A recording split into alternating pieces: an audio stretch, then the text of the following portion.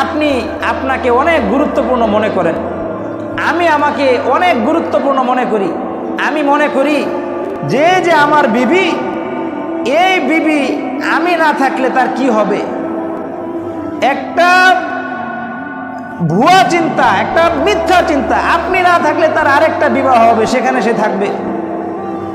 আপনি এমনভাবে আপনার আখিরাতকে ধ্বংস করতেছেন যে আমি না থাকলে বোধহয় চলবেই না। আসলে সত্য কথা হচ্ছে, আপনি না থাকলে সবই চলবে। আপনি নিজেকে অহেতুক গুরুত্বপূর্ণ মনে করতেছেন। আপনি আসলে যেটুকু নিজেকে গুরুত্বপূর্ণ মনে করতেছেন অতটুকু গুরুত্বপূর্ণ আপনি না, মোটেও না।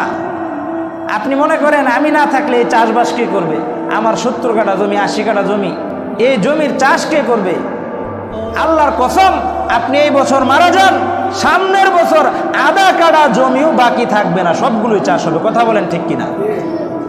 আপনি একটা প্রতিষ্ঠানের প্রধান, আপনি ভাবতেছেন যে আমি না থাকলে এই প্রতিষ্ঠান কিভাবে চলবে।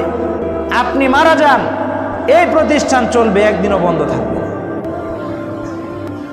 সম্মানিত মুসল্লিয়ান, আপনি মারা যান, আপনার বন্ধু বান্ধব নিয়ে আড্ডা দিয়ে আপনি আপনার আখিরাত নষ্ট করছেন, আল্লাহর হক নষ্ট করছেন।